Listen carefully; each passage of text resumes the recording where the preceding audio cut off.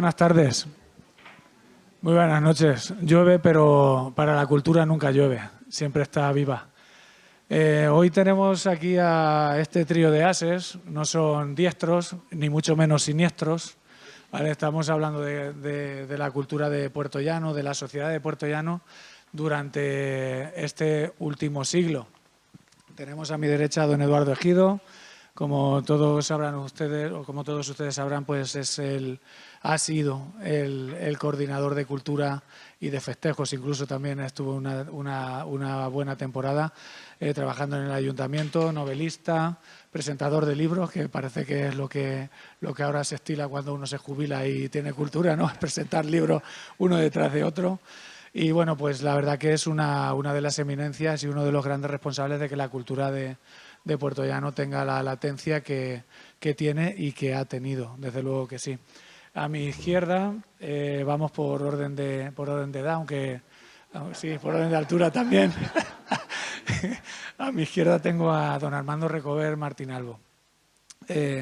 Bueno, Armando, tenemos una relación bastante una relación bastante estrecha, sí.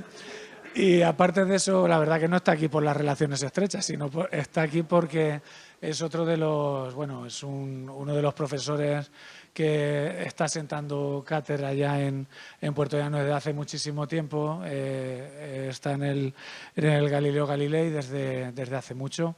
Han pasado infinidad de chicos por él y la verdad que siempre todos los alumnos que ha tenido le recuerdan con cariño y sobre todo con esa admiración que se tiene hacia el profesor que te aporta tanto y que te enseña tanto. Además es hijo y nieto de mineros, de ingenieros de la minería, y también me parece que es por ello una cuestión muy interesante que él esté aquí, que aparte de nutrirnos con su sabiduría, que también nos nutra con su experiencia vital, con su experiencia propia, cuando ha estado rodeado o ha visto a su abuelo y a su padre mientras él crecía. Y por último, y no menos importante, José Ignacio González Mozos. También es doctor en música, de verdad. Y bueno, pues aparte de eso, pues tiene la habilidad de tocar muchísimos instrumentos con gran maestría. Y bueno, pues también tenemos una relación muy estrecha y por eso también está aquí. Es una de esas facilidades que nos da el tener de la mano a gente tan emblemática y con tantísimo conocimiento, y que creo que, ya no me extiendo más, van a hacer las delicias de todos ustedes. Me parece que hoy es la ponencia que va a ser menos, no porque ellos sean menos doctos, sino porque va a darse las circunstancias pues para que sea más cercana, que esté más llena de interacción entre ellos, y luego, por supuesto, porque la cultura y la sociedad viene a ser el reflejo de las políticas que se han llevado anteriormente. Decía Agullo, vuelvo a citar a Agullo, que las políticas del pasado es la historia que estudiamos ahora y las políticas del presente será la historia que se acabe estudiando en el futuro. Las políticas que ahora mismo está haciendo nuestro alcalde, al cual saludo, que no le he saludado, la señora alcalde, pues las políticas de nuestros días serán las que sean las que creen la sociedad que en el futuro va a tener Puerto Llano, al igual que todas las políticas que van a darnos a conocer ahora nuestros contertulios, podríamos decirlo así, son las que hoy estamos viviendo. Así pues, os cedo la palabra y en este primer turno me gustaría que hicierais una breve narración, una breve estampa de cómo es el Puerto Llano que recordáis, en 5 minutitos cada uno, cómo es el Puerto Llano que recordáis de vuestra infancia. ¿Quieres empezar tú, Eduardo? Supongo que se me escuchará bien sin necesidad de micrófono y resulta más cómodo también. El Puerto Llano de infancia es el de finales de los años 50 y comienzo de los 60. Una de las cosas, porque nos avisó el concejal que iba a hacernos esta pregunta, por lo tanto la he preparado un poquito, cosa que se agradece, porque hay sorpresas que son un poco agradables. Poco agradable. Pues bien, yo el portero que recuerdo, en primer lugar, me ha venido a la memoria el temor que yo le tenía a ir a la escuela, lo que contradice la presentación que ha hecho el concejal de mí, de una persona con esos atributos que evidentemente pues hay algo de exageración ahí. Yo iba a la escuela del Palomar, que digo entre paréntesis que me parece que ha sido un error cambiarle la denominación de la escuela, era el Colegio Menéndez Pelayo, y le han puesto el nombre de Mireia del Monte. Pues con todos los respetos para una gran nadadora, que nadie lo discute, pero creo que lo suyo hubiera sido mantener el nombre del Colegio Menéndez Pelayo. Un lingüista, pues vamos, que es una eminencia a nivel internacional. Pues yo le temía mucho en la escuela del Palomar, porque de vez en cuando nos castigaban, no todos los días ni mucho menos, ¿no? Pero siempre se iba allí con cierta aprensión, a ver qué pasa hoy en la escuela. También porque la relación entre los escolares, pues no es que fuera mala, pero las peleas estaban a la orden del día y uno siempre temía que ese día, pues tú le dijeras algo a alguien o alguien te lo dijera a ti y la respuesta no solía ser dialéctica, solía ser más bien, pues, mostrar la fortaleza física. Y me acuerdo que en la escuela, mucho compartiréis conmigo este recuerdo. ¿No se oye? No se oye. Si no, se oye, no se puede grabar. Estamos grabando. Nadie me había avisado a mí de la grabación. Bien, ¿sí? Bueno, pues digo que también me acuerdo mucho y compartiréis conmigo este recuerdo de la leche en polvo y del queso en lata de los americanos, que hoy pues tiene un sentido peyorativo hacerse eco de esas cosas, pero que entonces pues a algunos chicos y chicas pues no le venía mal, porque eran años de penurias, de carencias, y tomar por la mañana el vaso de leche en polvo y por la tarde el trozo de queso con el pan había que llevarlo, no lo daban, y además con la particularidad de que si no llevabas pan no te daban queso. ¿Qué hacíamos? Pedíamos el pan prestado, nos daban el queso y devolvíamos el pan. Si quien nos lo había prestado era caritativo, nos daba un trozo. Si no, pues te lo comías al palo seco, lo cual era peligroso porque se hacía una masa que no había quien la tragara. Primer recuerdo en la escuela en el Palomar. El segundo recuerdo es que hacíamos la vida en la calle continuamente. Eso suponía que en invierno pasábamos un frío negro, porque entonces hacía frío, lo del cambio climático todavía seguramente habría empezado ya en los años 50, pero no era tan ostensible como ahora. Y estábamos siempre con los sabañones. Cuando por la noche llegábamos a casa con el brasero, la estufa, nos metíamos en cama, era temible los pies, las manos y las orejas cómo picaban los sabañones. Los que no habéis tenido esa experiencia os habéis librado de una buena. En tercer lugar, que socializábamos muchísimo. Ahora que decimos que los niños no socializan, nosotros estábamos todos los días en la calle con los amigos, siempre con los amigos. Y teníamos una buena relación, también con alguna pelea de vez en cuando, pero no lo tomábamos en cuenta, que yo considerábamos que era natural. Recuerdo las calles de un puertollano muy triste, con una iluminación muy mortecina, los mineros por la calle, con la cara, pues con el tizne del trabajo. Evidentemente no había duchas en las minas, en los vestuarios de las minas. Con el tarugo que llevaban debajo del brazo. El tarugo era un trozo de madera, para los que seáis más jóvenes, que le regalaban a los mineros como un pago en especies. Y, en fin, como hecho positivo y ya como último recuerdo y entrando dentro del terreno de la cultura, recuerdo que yo donde más disfrutaba era en el cine. Luego hablaré en mi intervención de que en aquella época, años 50 y 60, llegaron a coexistir, Javier, tú te acordarás también, en Puertollano, 20 salas de cine, entre cines de verano y cines de invierno. Esa fue mi infancia resumida al máximo. Muchas gracias. Armando. Bueno, con esta pregunta sí la traía preparada. Pues yo creo que el primer recuerdo que tengo de mi infancia, que es de principios de los 70, es salir a la calle. Y coincido ahí con Eduardo, hacíamos vida en la calle los niños, ¿no? Era típico el que llegara uno de la calle o tú mismo ibas a casa de otro y el te sales era lo normal, ¿no? Entonces, y si te abría la puerta la madre o el padre, le preguntabas, lógicamente, si se salía tu amigo, ¿no? Entonces, pasábamos las tardes, los fines de semana en la calle, en toda época del año, daba igual que fuera verano que invierno. Recuerdo que la calle, yo vivía en la calle Colonia, la calle la recuerdo al principio sin asfaltar. Era una calle de tierra, de piedras, ¿no? Pero me acuerdo también cuando la asfaltaron. Era yo muy niño, pero tengo ese recuerdo todavía presente. No había coches, recuerdo también aquello. Ver un coche o dos en la calle era algo casi excepcional y ahora la calle está llena de coches, realmente. Esa y todas, realmente, ¿no? Entonces sí que tengo aquel recuerdo de mi infancia.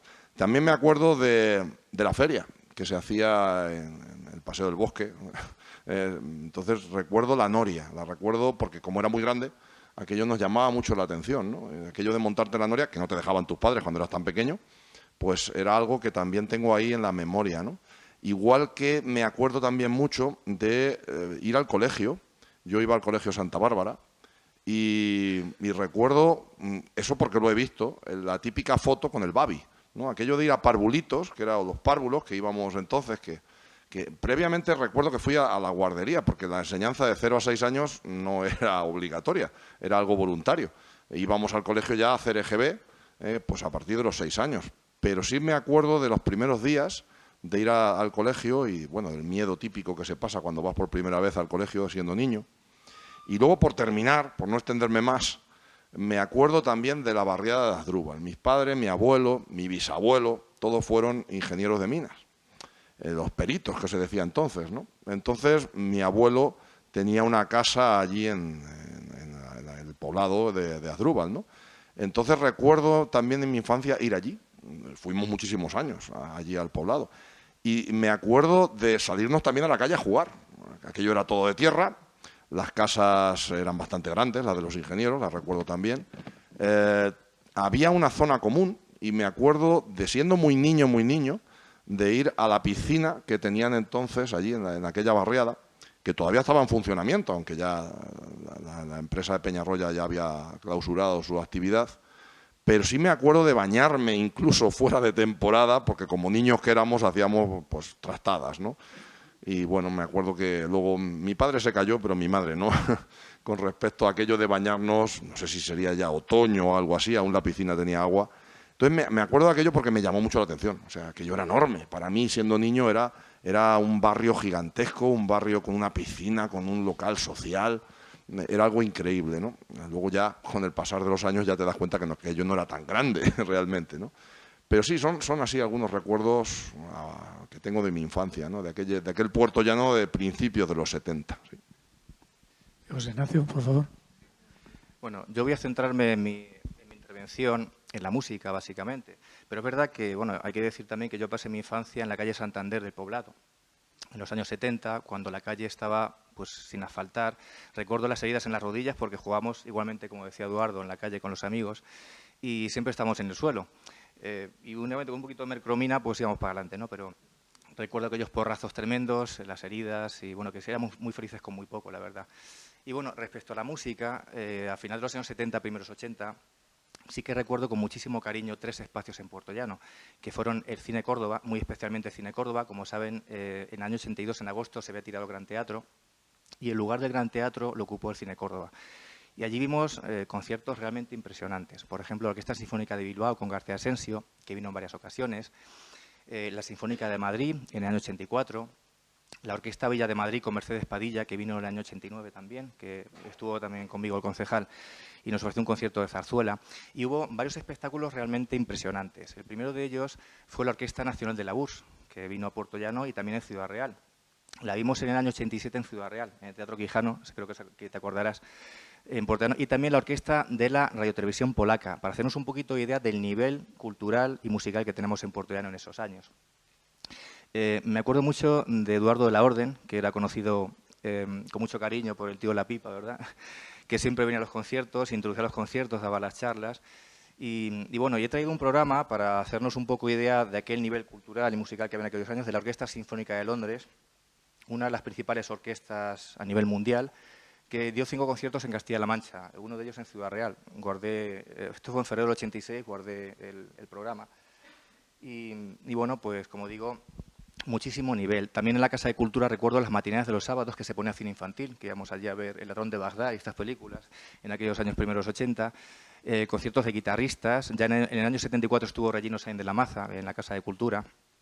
Y bueno, recuerdo como anécdota, para ir acabando, en la Casa de Baños, que estuvo, por cierto, Tatiana Seblanova, la virtuosa del piano rusa, estuvo aquí en Puerto Llano, el concierto de los tetos de la Nacional, de vientos de la Nacional, que bueno, tiene un concierto en la Casa de Baños y el trombonista, que era José Chenol, que por cierto ha muerto hace un año, murió con 103 años de edad, además, pues se saltó una repetición, se perdió y entonces empezó a no aguantarse la risa, Trompeta empezó a llorar de la risa, no podía aguantarse, y al final los 8 músicos de la Nacional acabaron partidos de risa sin poder acabar el concierto. Se levantaron, pidieron perdón 20 veces y bueno, y pudieron seguir. También recuerdo a Colmenero el trompa de la Nacional, que tocó muchas veces en la Casa de Baños, que nos acompañaba la banda municipal de Puerto Llano en Ocaña, cuando íbamos los miércoles santos a tocar al teatro, y siempre tocaba el concierto de Cherubini, que le tenía muchísimo cariño. Hablo del concierto, no de la cena posterior, porque la cena acababa siempre con las tazas volando, los cangrejos de las sopas volando, ¿verdad? Te acordarás que nos echaron del restaurante, pero bueno, en fin, eran anécdotas de aquellos años muy curiosas, ¿no? Y como última anécdota, pues recuerdo el pregón de feria de Francisco Umbral, que tuvo lugar en mayo del 85. Yo que he ido con la banda a actuar, pues cuando vi subir a aquel señor, con aquella voz cavernosa, borracho como una cuba, que daba de una charla que parecía no acabar nunca, porque duró aquello 1 hora y media, ¿no? En fin, no veía el momento de tocar con la banda. Pero bueno, digo todo esto para tomar conciencia de que nuestra ciudad siempre ha sido un referente en la cultura y también la cultura musical desde siempre, ¿no? Lo ha sido en el pasado. Ahora cuando hable de los festivales de España, el franquismo, cuando hable de otros eventos, veremos la excelsa calidad musical que hemos tenido aquí. Y en esta época en la que tan fácil es criticar en medios digitales, de forma anónima, pues creo que conviene siempre valorar lo que hemos sido y lo que seguimos siendo.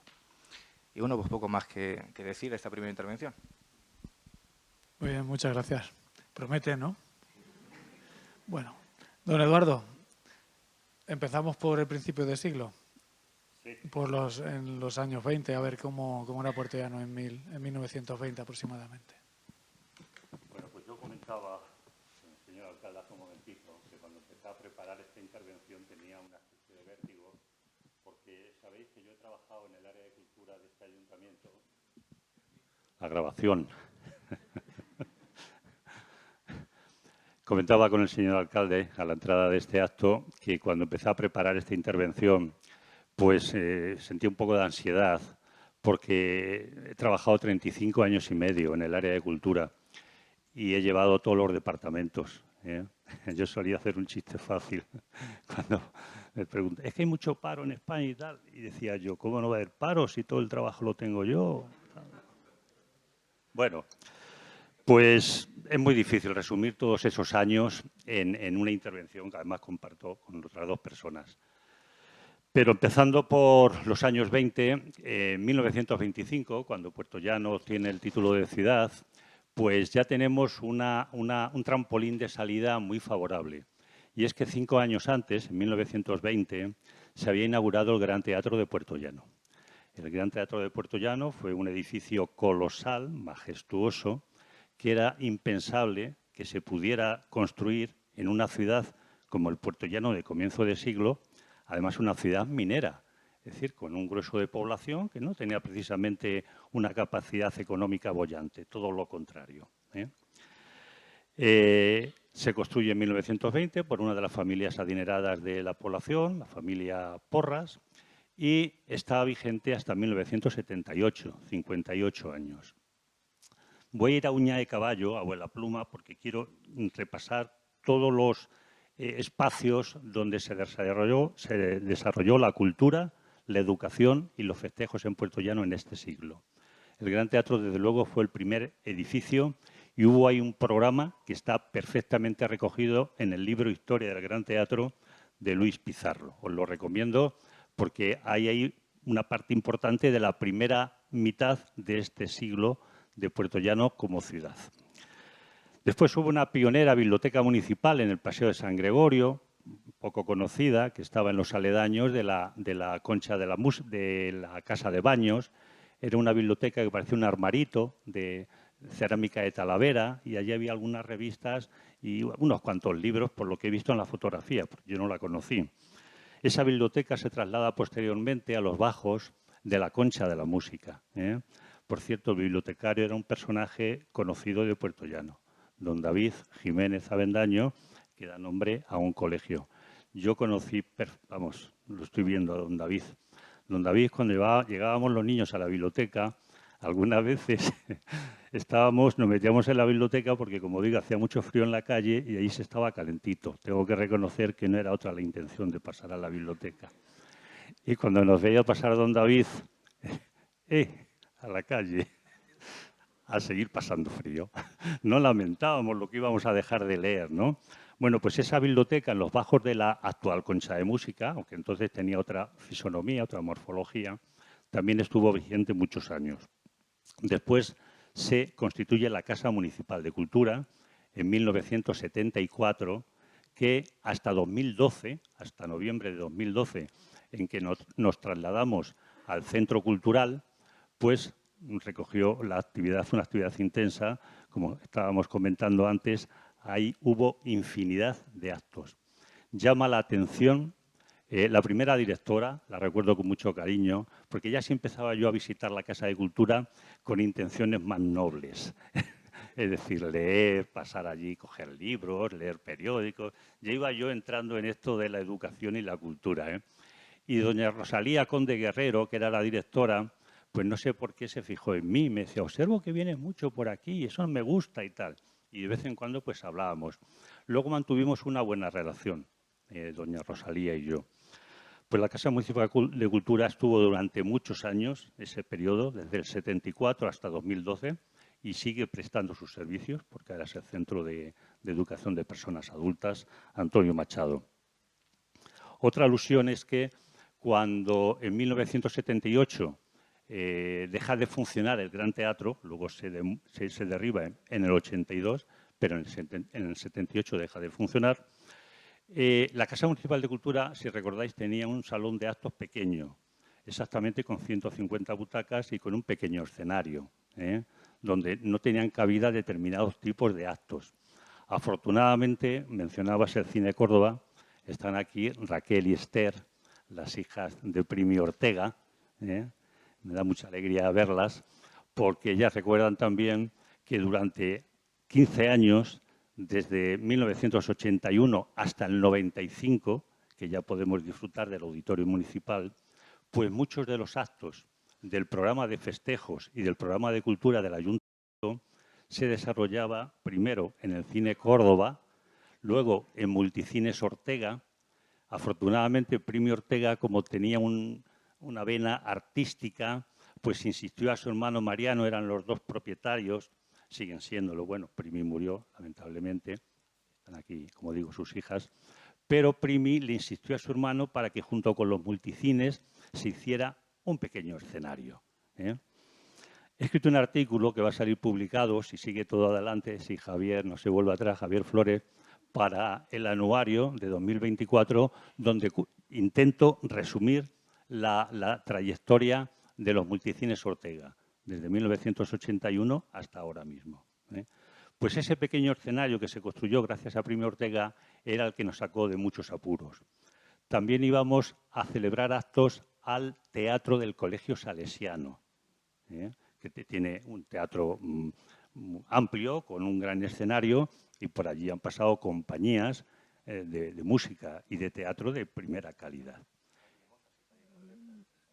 El Requiem de Mozart, efectivamente. Luego ya a partir de 1995 el Auditorio Municipal pues es el que ya acoge toda la actividad. Un detalle del Gran Teatro, comparándolo con el auditorio. ¿Diríais que tenía más localidades o tiene más localidades el auditorio que el Gran Teatro? Esta pregunta es para nota, para subir nota. Bueno, pues si yo veo que tengo aquí unos contertulios de altura. Efectivamente, el Gran Teatro tenía 1.233 localidades. Patio de butacas, plateas, anfiteatro. Y sabemos que el auditorio es algo menos, 1.118. Pues bien, Otro apartado importante de la cultura de esta centuria son los cines. Ya he adelantado que en los años 50, 60, 70, una de las aficiones culturales que más se llevaba a cabo era la asistencia a los cines. Yo tengo aquí, documentados, mencionados, luego si acaso lo comentamos, 20 cines, aproximadamente la mitad de verano y la mitad de invierno. Y luego, terminando con los espacios culturales, pues hay que hacer mención al Museo Municipal, donde estamos ahora mismo, llamado Cristina García Rodero, y el Museo de la Minería, que son los dos museos que tenemos aquí, aparte del Museo Etnológico de la calle Conde Balmaseda. En el apartado de educación, también rápidamente, en los años, al comienzo, los años 20, pues hay unas condiciones precarias de los centros de primaria. Las primeras escuelas que se establecen en Puerto Llano, si mis datos son ciertos, son las famosas escuelas del Ave María, 1916. Y todos recordamos, todos los que tenemos cierta edad, que las escuelas de entonces pues eran muy precarias, por supuesto no tenían calefacción, el mobiliario era pues de pupitres que compartíamos con 2 compañeros más, eran pupitres para 2, pero generalmente nos colocábamos 3, pues porque entonces había mucho niño, no como ahora, muchos niños banduendo y pocos centros educativos para acogerlos. El Instituto de Enseñanza Media, da la sensación, sí, sigue sonando, ¿verdad? El Instituto de Enseñanza Media, recordaba ahora con Ildefonso Fernández, que ha sido director durante tantos años del Instituto Fray Andrés, se crea en Puerto Llano en 1932. Yo le tenía cariño al recientemente demolido edificio de ese instituto en la calle Torrecilla, porque allí también empezamos a trabajar con la Universidad Popular. Bueno, pues en la Segunda República es cuando empieza a funcionar el instituto. Y un poquito más tarde lo hace la conocida entonces como Escuela del Trabajo, 1943. Por cierto, yo tengo un anuario de Puerto Llano de las Ferias de Mayo del año 1977, donde viene el programa del primer trimestre de la Casa Municipal de Cultura. Y entre ellos figura don Regino Sainz de la Maza, o Francisco García Pavón, sí. O Gloria Fuertes, músicos de primer nivel. Es decir, que en la Casa Municipal de Cultura empezó con un programa, el primer trienio, de muchísima altura. Pues la Escuela de Trabajo se crea en 1943 y después es sustituida por la Escuela de Maestría Industrial en 1959. Y el primitivo Instituto Fray Andrés luego es acompañado en los años 70 y 80 por hasta 10 institutos en la ciudad, afortunadamente. La Universidad Popular, supongo que todos tenéis referencia de esta institución, se crea en 1981.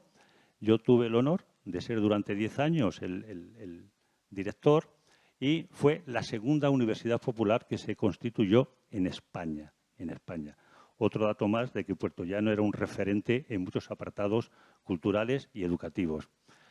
Por la Universidad Popular habrán participado aproximadamente, bueno, mejor dicho, habrán registrado un total de más de 100.000 matrículas.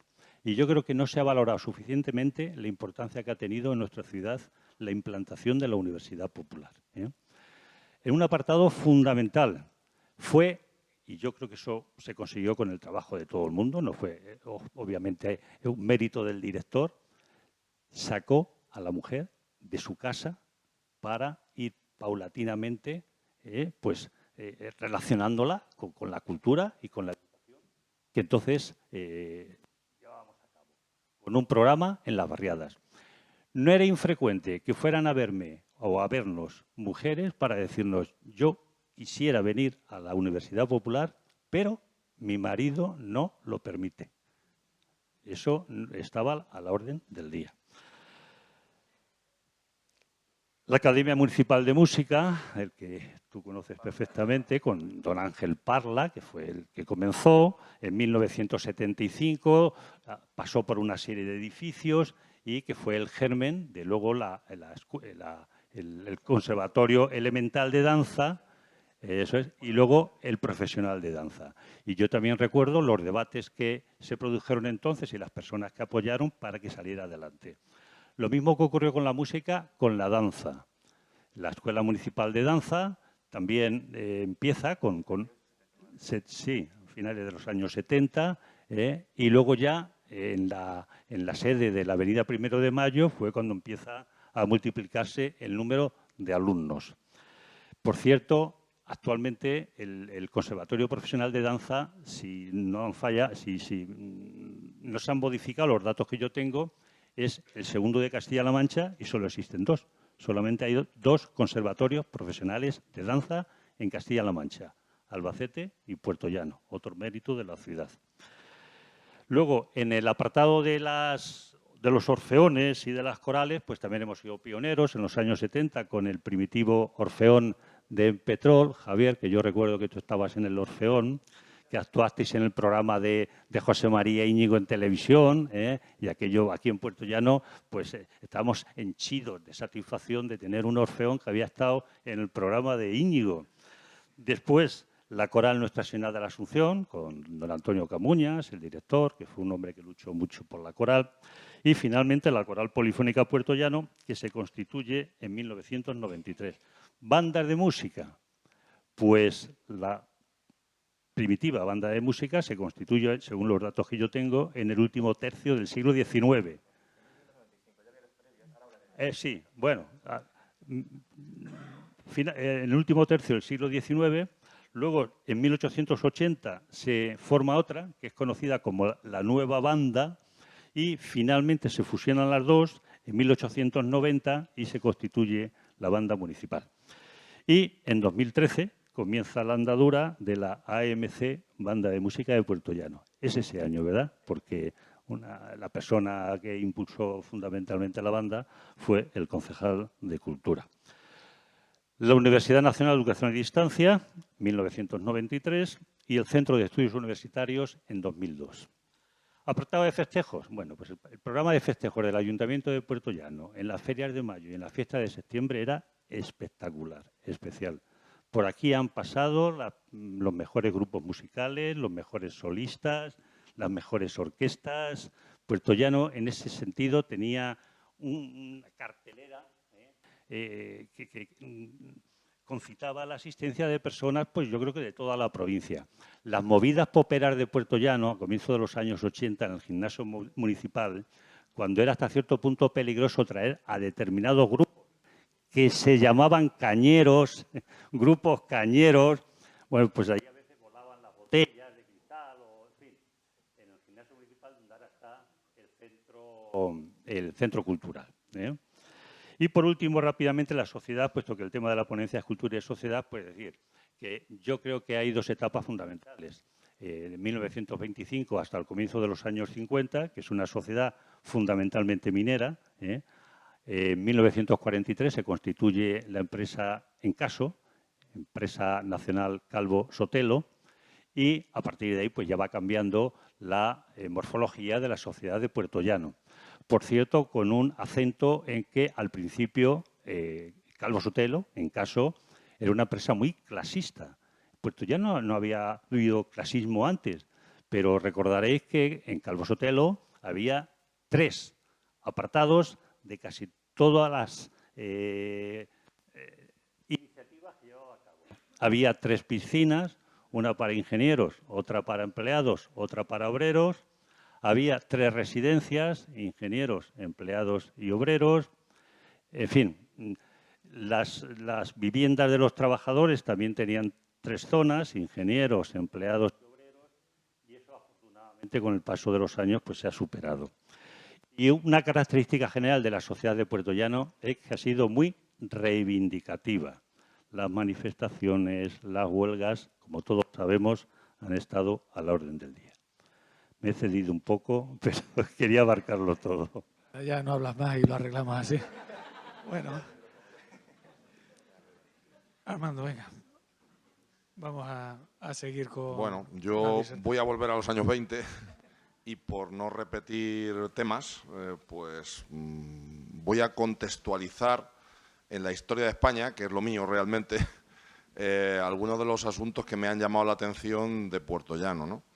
El otro día, de hecho, cuando tuvo lugar la primera ponencia, el profesor Bosmediano mostró una fotografía de 1926 de una comitiva de unión patriótica. Entonces, a mí aquello me llamó mucho la atención y luego en la tertulia que tuvimos mientras tomábamos el vino, pues lo saqué a colación, ¿no? ¿Qué era Unión Patriótica? Pues Unión Patriótica en realidad era el partido político que creó Primo de Rivera en abril de 1924, porque como era una dictadura, pues tenía que tener su propio partido político, ¿no?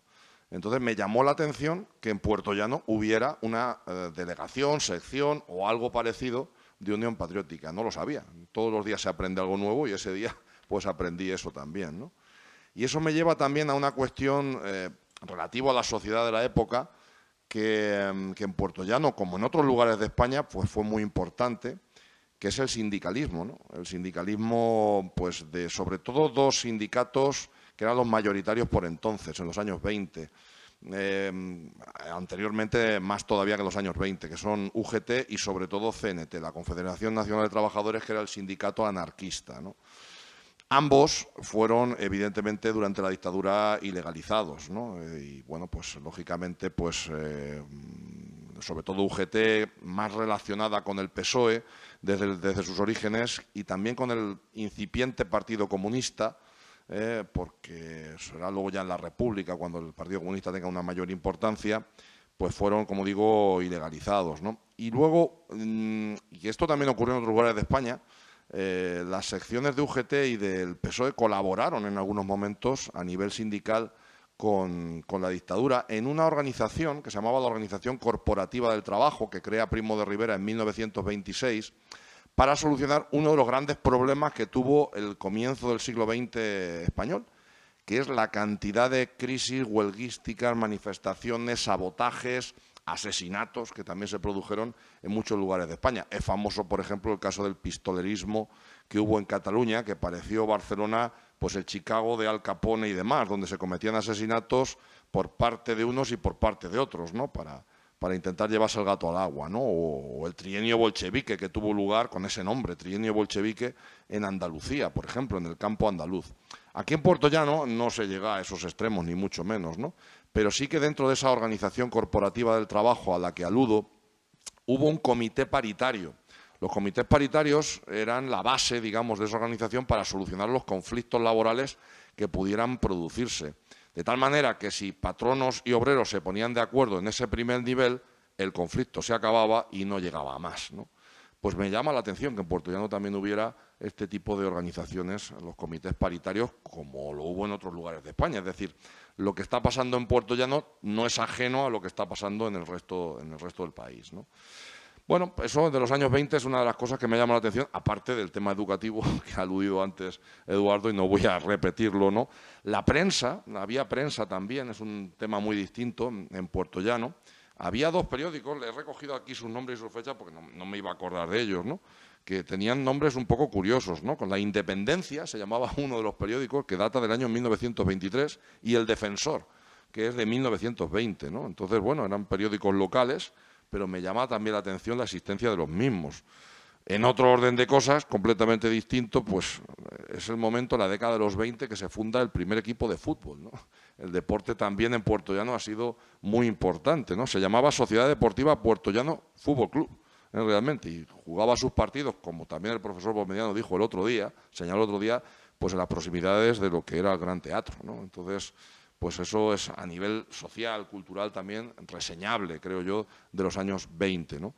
Y por último, para darle paso también a mi compañero, pues hablar también de los años 20 de dos edificios, uno ya ha salido antes, emblemático, que es el Gran Teatro, que son construidos en esa época, y el otro pues es el edificio en el que estamos ahora mismo, que también ha salido a colación antes, ¿no? Y estos edificios, afortunadamente, sí que se han conservado. Bueno, uno de ellos no, el actual sí que se ha conservado, porque como también hemos tenido ocasión de ver en alguna de las ponencias, por desgracia, hemos perdido gran parte de nuestro patrimonio. Iba a decir la totalidad, pero no es la totalidad, ni mucho menos. Afortunadamente algo nos queda. Pero aquellos edificios con estilos decimonónicos muchas veces o de principios del siglo XX, pues la verdad es que es una pena que se hayan perdido, ¿no? Y bueno, pues el que estemos en uno de ellos, ya solo por eso merece la pena, ¿no? Que se haya conservado. ¿Vale? Muchas gracias, José Ignacio. Bueno, yo voy a centrarme sobre todo, como he dicho antes, en la música. Y hablar de desarrollo musical en Puerto Llano es hablar también de desarrollo industrial, minero Y bueno, hay que remontarse a 1873, cuando comenzaron las prospecciones, y sobre todo a 1912, cuando se establece en Portollano la Sociedad Minero-Metalúrgica de Peñarroya. Es una época, además, que con la consiguiente Primera Guerra Mundial y la producción de carbón, que se multiplica, pues provee a nuestra ciudad de una gran riqueza. En esos momentos, pues bueno, en Portollano pasa de 3.500 habitantes que tenía a principios del siglo XX a 20.000 ya en la década de los 20, que se mantiene hasta la Guerra Civil.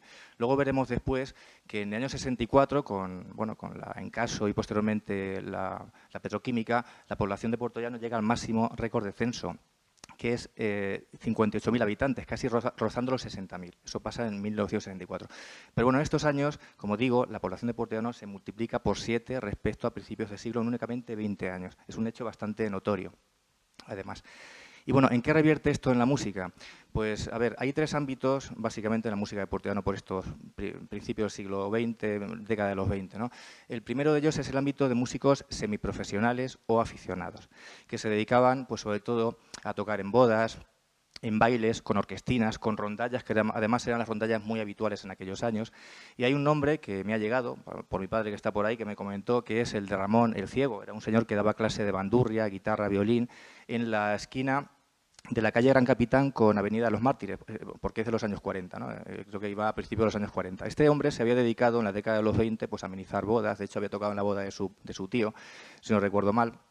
Y igual que él, había muchos músicos, también aficionados, que hacían este papel muy importante en nuestra sociedad. El segundo pilar importante de Portollano fue la banda municipal. Como antes señalaba Eduardo, había 2 bandas que surgen en los años de la minería, que se fusionan. Ya hay constancia en 1895 de la fusión de estas 2 bandas en una sola banda, que es la primera banda municipal, que tiene una asignación económica y que está bajo la batuta de Enrique Cordero. Hubo 4 directores, luego iré comentando los directores de la banda, pero bueno, este fue el primer director reconocido en estos años, ¿no? Y la banda de aquella época pues se ocupaba de tocar en procesiones, de tocar en actos públicos, de tocar también en dianas. Incluso hay archivos de un concurso de bandas en Ciudad Real, donde quedó segunda, desgraciadamente, por detrás de la banda Almodóvar en ese año 1907, ¿no? Pero bueno, digamos que la banda municipal de Portollano pues tenía una actividad bastante importante durante esta primera época. Es curioso que, bueno, los instrumentos, luego comentaré que en el año 69 el Ayuntamiento de Portollano se gastó 750.000 pesetas en renovar todo el instrumental de la banda. Sería equivalente hoy día a unos 50-60.000 euros, o sea que no se gastó poco dinero, ¿no? Y bueno, en una época en la que la tradición sinfónica en España era muy exigua, porque la primera orquesta sinfónica estable en España se funda en 1904, que es la Orquesta Sinfónica de Madrid, pues las bandas tenían una función muy importante en nuestra sociedad. Y tal es el caso que en 1916 vino a Portollano la Banda Municipal de Madrid. Vino 2 días a tocar en el Coso Taurino y trajo un programa que era lo habitual en la época, de fantasías de zarzuela, obras sinfónicas, pasodobles, que curiosamente cuando yo empecé en la Banda Municipal en 1980 es lo que se seguía tocando. O sea que no había variado mucho el repertorio. He traído algunas partituras de principios del siglo XX que pertenecieron a músicos de la Banda Municipal de Portollano, por si desean luego verlas. Y bueno, están hechas a mano porque en esa época el material manuscrito pues era bastante caro de adquirir y además de eso pues era un material pues prohibitivo, ¿no? Entonces los músicos copiaban la música incluso de oído o la pedían prestada para copiarla. Bueno, ¿por qué está esto en mi archivo personal? Pues porque allá por 1981 el archivero de la banda, que era Hipólito García, me trajo ahí a esa habitación, esa dependencia que era un archivo de la banda en aquellos años, y este material lo iba a tirar a la basura, porque ya se había comprado impreso. Entonces me dijo, pues toma niño, llévate esto y te lo estudias. Y yo me lo estudié, además lo guardé 45 años, que no lo he tirado. Y aquí está. Así es que, bueno, pues esto es un poco el material que se tocaba en esos años 20, cuando Portollano fue nombrada ciudad, como digo, y aquí pues tengo ese material. Bueno, pues este es el segundo pilar importante de nuestra sociedad a principios del siglo XX. El tercer pilar importante fueron los orfeones, las corales. Hay constancia de una coral llamada Santa Cecilia y después del Orfeón Portollano, que se funda en 1961. Me gustaría hablar brevemente, por no extender mucho, de los locales, los lugares donde la música pues, se tocaba, bueno, se representaba en nuestra ciudad. El primero de ellos fue el Círculo de Recreo. El Círculo de Recreo se funda en 1885 y ofreció una programación cultural y musical a las clases pudientes de la sociedad. Tenía un pianista asalariado. Solía ser, por cierto, el director de la banda. Hay registros que eran directores, tenían un pequeño sobresueldo y los de la banda pues actuaban como pianistas en las velatas y también acompañaban a músicos que venían de fuera. Hay constancia en 1925 del violinista Enrique Sandoval, que actuó en este casino, y en el año 34 la banda de Ciudad Real, que actuó también en el patio del Círculo de Recreo, tocando, por ejemplo, Katiuska, de Pablo Sorozábal, o Cádiz, de Chueca. El segundo lugar importante en Puerto Llano, en ese Puerto Llano de los años 20, fue la Sociedad Dramática La Unión, que, bueno, pues en este lugar se celebraban conciertos de zarzuela, de variedades. De hecho, el 27 de septiembre de 1908 actuó la artista del Teatro Frívolo, que se llamaba Loreto Prado, conocida como La Picó. Actuó en este lugar. También se organizaban bailes, aunque este teatro cerró en 1910 por las malas condiciones que tenía, y Puerto Llano pasó 3 años hasta que se funda el Teatro Cabañero en 1913 sin un lugar específico para la música. De hecho, se habilitó el Coso Taurino para ciertos conciertos, ¿no? Bueno, con el Teatro Cabañero, que por cierto era propiedad de Ricardo Cabañero, como saben, triste protagonista de los sucesos acontecidos el 19 de julio del 36, que no vamos a comentar aquí ahora porque no es lugar. Pues pasaron, por ejemplo, zarzuelas como Marina de Emilio Arrieta en 1913, la compañía de zarzuela Salvador Orozco en noviembre del 16 o la tonallera Pilar Ibón en el 14. Bueno, junto a este pues teníamos la Sociedad Benéfica La Esperanza, el Círculo Obrero también, el Palacio de Hielo que estaba en la calle Vélez, la Plaza de Toros que hemos comentado antes, hasta que el 2 de mayo de 1920 se inaugura el Gran Teatro, como ha comentado antes Eduardo, pues con 1.233 localidades, que para una población de 20.000 habitantes es como si tuviéramos un auditorio de más de 3.000 localidades. Era sorprendente. Bueno, por este pues coliseo de la cultura en Puerto Llano desfilaron, por ejemplo, la compañía del Teatro Calderón de Madrid, que bajo la dirección del mítico Moreno Torroba, pues representó el 20-21 de agosto de 1934 Luisa Fernanda y la Chulapona. También la compañía española de zarzuelas y revistas del Teatro Apolo de Valencia. Igualmente se proyectaban películas. Hay 2 registros, como la película Nobleza Baturra, que es una película muda, como saben, y La hija de Juan Simón, que se proyectó en el 36, donde el artista principal fue Angelillo, el famoso cantante de copla. También eventos educativos que acogió, como la Semana Pedagógica, que en las Semanas Educativas de la Segunda República. Estuvieron en el año 32 y también en el 36 me consta que estuvo Miguel Hernández, el poeta, estuvo en Puerto Llano con una de esas misiones pedagógicas, poco antes de empezar la Guerra Civil.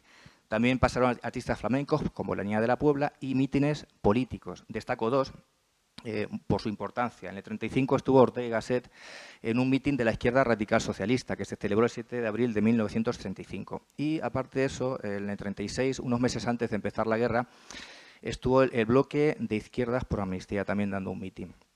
Y bueno, durante la Guerra Civil, y ya acabo porque tampoco quiero copar esto, ¿no? Hay que destacar durante la guerra 2 grupos, como el Grupo Artístico Antifascista y la Orquestina España Nueva, que realizaron labores benéficas en pro de los niños huérfanos, heridos en la guerra, mutilados y demás. Hasta que el 28 de marzo de 1969, Puerto Llano cae en manos del ejército sublevado y comienza una terrible represión. Se estima que fueron apresadas 600 personas, de las cuales más de 300 fueron fusiladas. Muchas, por supuesto, sin pruebas sólidas. Y bueno, y ya lo que sigue, pues me gustaría aportarlo en otro bloque, porque voy a hablar del franquismo y la música, si es posible, da tiempo, que no lo sé.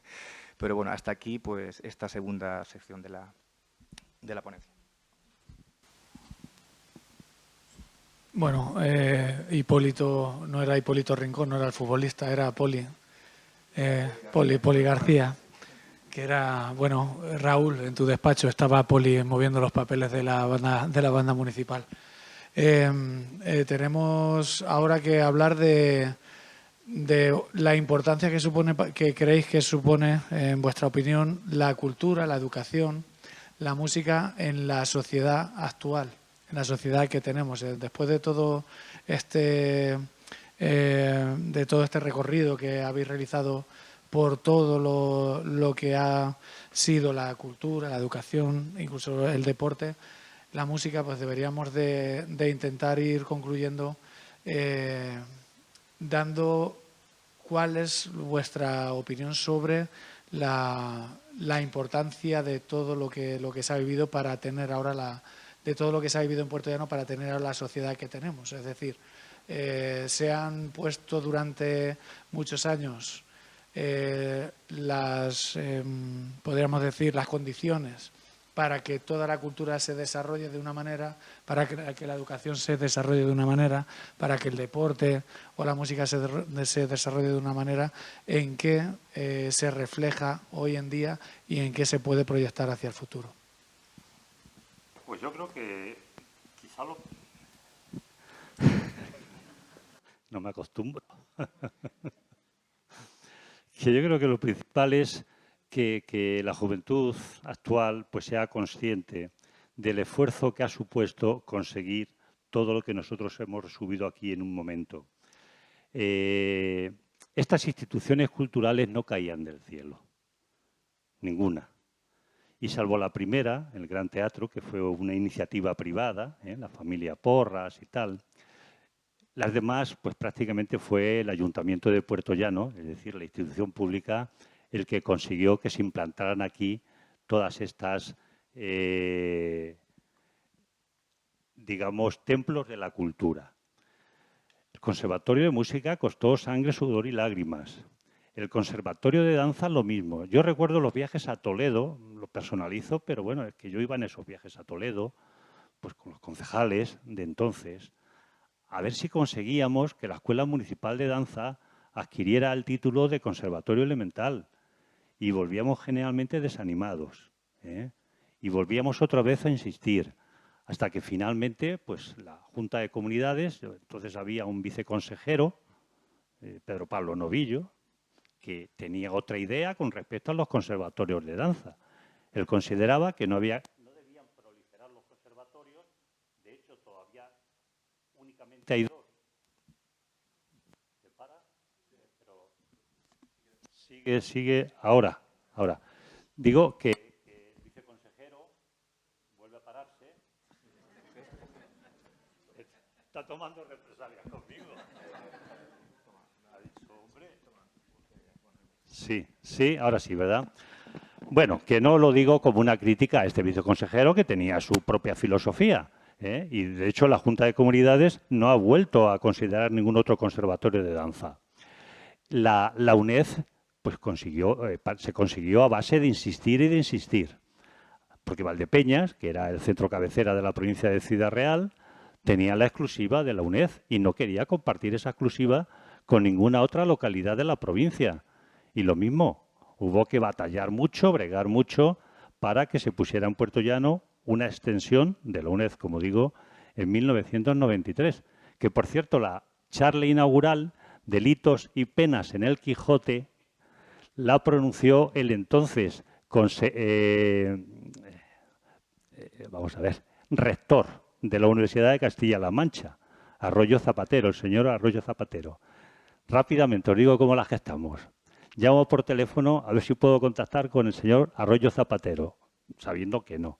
Y coge el teléfono una mujer que debía ser su secretaria o así. Le explico el asunto y me dice, un momentito, que el rector me está haciendo gestos. Le paso el teléfono. Un hombre encantador. A ver, ¿qué? Ya le había dicho cómo me llamaba yo. Eduardo, dime. Nos conocemos de toda la vida, el rector y yo. Y vino a dar la charla que tuvo, vamos, a mí una de las intervenciones que más me han impresionado por la capacidad de este hombre para comunicar y para hablar con propiedad de los delitos y penas que se recogen en la obra del Quijote. Pues bien, en la actualidad yo creo que tenemos que insistir en que todas estas instituciones que hoy disfrutan los jóvenes se han conseguido con mucho trabajo. A veces lo que no cuesta, lo que no supone un esfuerzo, pues no se valora suficientemente. Pero desde luego, cuando quien se acerque mediante los libros de historia y conozca los entresijos de todos estos logros, yo creo que le servirá de acicate para aprovechar todo lo que ofrecen las instituciones culturales y educativas en Puertollano. Muy bien. Que no sirva de precedentes, pero voy a intervenir yo también. Te voy a apostillar por lo del conservatorio, porque también sabes que con don Ángel Parla yo tuve, sobre todo en los últimos años, muchísima unión y sí nos contó también en privado cómo se llevó la negociación para crear aquí el Conservatorio Pablo Sorozábal, porque se metió, no sé si hay alguien de Ciudad Real, pero bueno, es verdad que se metió Ciudad Real por medio. aprovechando que don Ángel Parla empezó a negociar en el Ministerio, en el MEC, Ciudad Real se puso al rebufo, ya quería incluso adelantarnos. Y claro, don Ángel Parla veía que era inviable tener 2 conservatorios tan cerca. Estamos hablando del Ministerio de Educación y Cultura. O sea, no tenía sentido que hubiera en Puerto Llano y en Ciudad Real 2 conservatorios, pero sin embargo fue posible. Y él lo achacaba también a un funcionario que en una de las últimas negociaciones, donde ya Ciudad Real decía para aquí el conservatorio y Puerto Llano, aunque haya empezado la negociación, pues que le vayan friendo un paraguas, pues al final lo que pasó fue que el funcionario dijo, ya está bien. Además que lo dijo así, o sea, dio un puñetazo a la mesa, se puso muy serio y dijo, ya está bien, vosotros venís aquí de invitados. Aquí el conservatorio tiene que ir para Puerto Llano porque estos son los que han movido todo y vosotros os vais a beneficiar. Fue una discusión en toda regla dentro de una negociación que se entiende que era amable. Y al final Parla le dijo en privado, le ha echado un par de bemoles, ya que estamos con la música, y le dijo, si es que me quedan 2 meses para jubilarme, así que me da igual. Entonces esas son ese tipo de historias dentro de la historia, de la intrahistoria, que hacen que al final sea una realidad lo que aquí tenemos. Y la verdad que a don Ángel Parla, que el Salón del Conservatorio de Música está dedicado a él, poco se le honra por todo lo que nutrió de cultura a la ciudad, siendo Cañí, ¿verdad? Conservatorio. En otros apartados culturales, y eso creo que no es suficientemente conocido. Eso es. Armando, ¿qué nos dices? Bueno, es complicado añadir algo nuevo, pero por centrarme quizá en el tema en el que yo trabajo, que es la educación, la verdad es que veo luces y sombras. Luces, pues porque efectivamente, tanto en cultura como en educación, pues lo que se ha hecho en estas décadas es maravilloso. O sea, no tiene nada que ver las instalaciones que tenemos ahora a lo que había hace 50 años, cuando yo empecé siendo niño, ¿no? Por ejemplo, ¿no? Entonces, a nivel de infraestructuras, el salto cualitativo es inmenso. A nivel cuantitativo también, porque si comparamos el número de colegios o institutos que había, pues eso, hace 50, 60, 70 años, por no irnos ya hace 100 años, en 1925, pues igual, o sea, es un salto impresionante. Es decir, los medios los tenemos, pero lo que me tiene un poco más perturbado, o digamos me causa más dudas, es el interés por aprender. Que ese también ha cambiado diametralmente y no a mejor, ¿no? Es verdad que la sociedad ha cambiado, que pensamos de otra manera, que tenemos una mentalidad diferente, que hay que adaptarse a los nuevos tiempos, eso también está claro, pero digamos que la sociedad va por otro lado. A nivel de educación, por desgracia, no lo veo tan claro esto. No en Puerto Llano, en todos sitios realmente. Últimamente, además, está habiendo, digamos, otro componente más que está llegando también a Puerto Llano como a otros lugares, ¿no? Y que también hay que adaptarse a él, ¿no? Y nos está costando mucho en los centros educativos, ¿no? Que es el tema de la llegada masiva de inmigrantes. Aquí en Puerto Llano se está notando este año más que ninguno. O sea, las matrículas que hemos recibido de poblaciones, pero muy diversas. O sea, es que está llegando gente de todo el mundo, con un hándicap enorme, que no saben hablar español. Entonces, ¿cómo enseñas si no saben hablar ni siquiera el idioma de aquí, ¿no? Entonces, esto es un reto, realmente, un reto al que nos tenemos que enfrentar en Puerto Llano como en otros lugares, ¿no? Y ya digo, no lo veo tan claro, sobre todo por la parte que nos toca como sociedad de interés por aprender, de realmente estar motivados a ello y no por falta de recursos, como digo. No es el caso, no es lo que nos atañe, pero sí que el comportamiento, digamos, que deja mucho que desear. Hoy hablábamos antes en la entrada, ¿verdad?, que venimos roncos hoy, ¿no? Entre los dos que impartimos docencia, ¿no? Pues la verdad es que a veces se hace muy difícil, ¿no? Y llegas ronco a casa. No sabía si iba a poder hablar esta tarde, porque he llegado a casa, bueno, todavía se me nota, ¿no? Pues bastante mal, ¿no?, la voz. Pero es una anécdota, o sea, es algo diario con lo que tenemos que bregar, ¿no? Así que, no sé, en el tema educativo, ya digo, ojalá vayamos para adelante, hay que ser siempre positivos y ver el vaso medio lleno, no medio vacío, pero tengo mis dudas, sinceramente, ¿no? Entonces, bueno, por circunscribirme a un asunto solamente, porque la cultura, la sociedad da para mucho, evidentemente. Bueno, hoy día, bajo mi punto de vista, la música está muy ligada al ámbito del ocio. De hecho, bueno, yo me dedico desde hace casi 40 años a dar conciertos por toda España con diferentes agrupaciones, ¿no? Y me llama muchísimo la atención que en ciertos espectáculos, por decirlo así, de alta calidad, la edad media del público está en torno a 140 años, ¿no? Una cosa así, ¿no? Quiero decir, ¿qué pasará cuando esa gente desaparezca? ¿Hay un relevo generacional para la música, para la cultura musical? Pues hoy día la verdad es que es complicado, ¿no? Ese relevo se le ve poco, ¿no?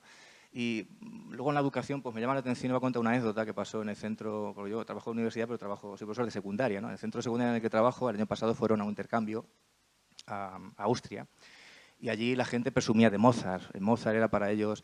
Entonces, el último día, pues los de pusieron a Mozart, los españoles pusieron, ¿qué pusieron? Pues Paquito Chocolatero, y lo bailaron encima, ¿no? Quiero decir con esto que nosotros tenemos nuestro Mozart español, que es Juan Crisóstomo Arriaga, que es un músico bilbaíno que vivió entre 1800 y 1820, murió en París, que es lo que solía hacer la gente con talento, se iba a París porque aquí en España se morían de hambre, ¿no? Allí, por cierto, pilló una pulmonía y también murió, o sea, sirvió de poco, ¿no? Pero bueno, el caso es que no lo conocen. Y la gente no tiene idea de la riqueza cultural, musical que tenemos en nuestro país. Y la gente joven no está recogiendo ese testigo, por decirlo así. La música es la diversión, el botellón el fin de semana. La cosa más absurda que pone en Internet tiene 40 millones de visitas. Luego ves a Plácido Domingo y tiene 20.000 nada más, por ejemplo, ¿no? Quiero decir que es un poco la tendencia que estamos llevando. Y es muy importante que desde los medios de masas, la televisión, la radio, pues se promocione mucho más la cultura de calidad, no lo que se está promocionando hoy día, que es la cultura del ocio, el dinero fácil, canciones que suenan un año y ya se han olvidado al año siguiente, y eso es lo que tenemos. Entonces, bueno, pues no sé cómo es el panorama. Esta época que estamos viviendo me recuerda un poco, iba a contar, a Porteano de los años 80, además está aquí Julián, que fue partícipe de la movida manchega, y era una época en la que la gente quería un color diferente. La dictadura había sido, como decía antes Eduardo, muy gris, una dictadura muy seria, Porteano muy triste, las calles no vea esa alegría, ¿no? Y la gente buscaba esa alegría. Entonces, hacia 1981-84 surgen grupos en Puerto Llano como Desertores del Arao, Metralla, Procesión del Caos, Tráiler, Costaleros de Viriato, Marcha Urbana, Excalibur, Gin Tonic y Las Hienas, y una serie también de lugares como La Corredera, ya desaparecida, la Belle Pop, la Oca o la Luna, que aún sigue existiendo. Y eso da un color diferente a nuestra ciudad. Y es un poco lo que la gente joven, yo creo que está buscando, ese color. Pero eso hay que hacerlo compatible con la cultura de calidad. No solamente la música es diversión, también es intelecto, también es sentimiento. Y eso hay que hacerlo así. Así que, bueno, pues poco más que decir. Y ya para terminar, hemos empezado por el puertollano de vuestras respectivas niñez. ¿Qué ofrece hoy Puerto Llano culturalmente? ¿Qué ofrece hoy Puerto Llano en la educación? ¿Y qué ofrece Puerto Llano hoy en música y en deporte? Pues bueno, una oferta que es mejorable, es una obviedad, ¿no? Todo se puede mejorar, pero yo creo que hay una situación aceptable, es decir, la cultura, pues tenemos un magnífico auditorio, como quizá no hay otro. Muchas veces las comparaciones son odiosas, ¿no? Pero posiblemente no hay otro igual en Castilla-La Mancha y pocos en España, que también, por cierto, conozco un poco la intrahistoria, los entresijos, hasta que se logra el auditorio. Creo que conozco el movimiento inicial de Ramón Fernández Espinosa, que fue el alcalde que inicia las gestiones para el auditorio, los problemas que hubo luego en la construcción, se demoró durante muchos años la terminación, pero hoy tenemos un auditorio. Por ejemplo, este fin de semana yo he disfrutado de dos estupendos conciertos. Ayer la AMC de música con unos solistas que, como se puso de manifiesto con su interpretación, pues ya no son promesas, yo creo que ya son realidad. Y antes de ayer actuó en Puerto Llano una agrupación musical, los Gitanos de Sevilla, que me impresionan, porque en el escenario había 100 personas y yo, que tengo mal oído musical, pero sin embargo disfruté muchísimo. En educación, pues yo creo que la dotación económica, en fin, los profesores, lo que os dedicáis a la docencia, lo conocéis mejor, pero yo creo que ningún joven de Puerto Llano se queda fuera de lo que quiere estudiar, sea en el campo de la educación reglada, como sea en el campo de las disciplinas artísticas, como la música con el conservatorio, la danza con el conservatorio. Hay una laguna ahí que voy a aprovechar yo a ver si consigo algo, me lo voy a empujar, y es que la Coral Polifónica Puerto Llano, que ya ha cumplido 30 años, no pasa por sus mejores momentos. ¿Por qué? Por falta de voces, aparte de otras necesidades que pueda tener. Falta de voces. Así que si alguna persona tiene facilidad para el canto, pues que sepa que en la Coral Polifónica Puerto Llano la van a recibir con los brazos abiertos. Pero, en definitiva, creo que ahora mismo la situación de Puerto Llano, desde el punto de vista cultural y educativo, pues admitiendo que puede mejorar, pero no tiene ninguna falla importante. Coincido. O sea que poco más que añadir, efectivamente, ¿no? El panorama ahora mismo es muy bueno, siempre es mejorable, evidentemente, siempre. La dotación económica, siempre querremos que haya más dinero para cultura y para educación, evidentemente, o para deporte, que también forma parte de esto, ¿no? Siempre querremos más instalaciones. Tenemos muchas y buenas, pero siempre querremos que sean mejores aún, que hay que mantenerlas, que eso siempre es un problema. Construirlo es difícil, pero es que luego hay que mantener esas instalaciones.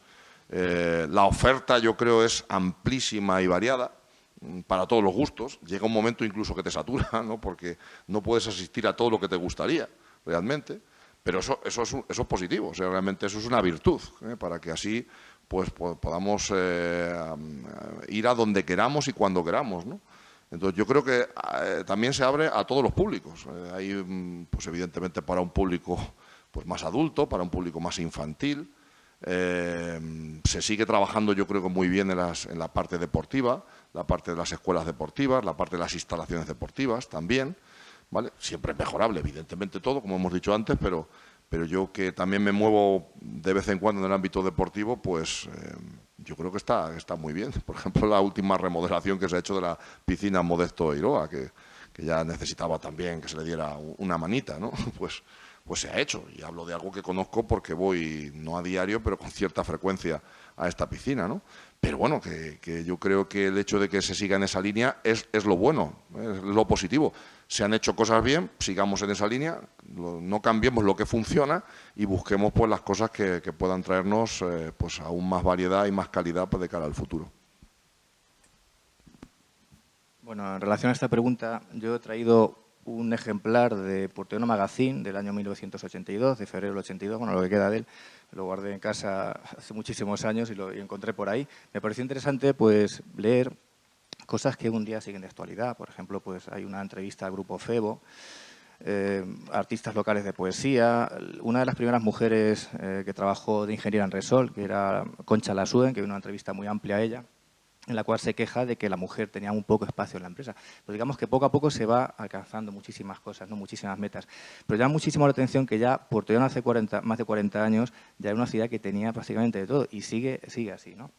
Yo, además, apoyo pues, lo que se hace, por ejemplo, desde conservatorio, instituciones como el conservatorio, que se hacen conciertos en los colegios. Es decir, que hay un ambiente cultural, pues yo creo que está bastante completo. O sea, poco que decir. De hecho, además, ¿qué voy a decir? Tengo que hablar al concejal de Cultura, ¿no? Y tiene un micro en la mano, ¿no? Además, hay que andar con cuidado. Pero, no, es verdad que creo que nos podemos sentir bastante orgullosos de lo que se está haciendo en nuestra ciudad. Creo que dentro de unas semanas viene el Ballet de Kiev, puede ser. En fin, que poco más se puede pedir. Lo único quizás, pues, darle un poco más de voz a artistas locales. Aquí hay muchísimo talento, hay que dar salida también a lo que tenemos en Puerto Llano. Pero bueno, pues poco más que añadir a lo que ya ha dicho Eduardo y Armando. Bien, aquí tienes dos mujeres de empresa. Resol, muchas gracias por cierto, no lo he dicho, gracias por también apoyar la celebración de estas jornadas de memoria y futuro. Bueno, pues me parece que tenemos que ir terminando. Si tenéis alguna cosita más para decir adiós, y si no, hay un vino ahí esperando, y quizá dentro de ese intercambio de opiniones con un vino en la mano, quizás sea más adecuado. Y nada, simplemente dar las gracias a los tres. Creo que ha sido enriquecedor como siempre, y como no podía ser de otra forma, teniéndose a los tres aquí encima de esta tarima en el museo. y nada, pues emplazarle a todos ustedes a la próxima conferencia. Muchísimas gracias. Una anécdota.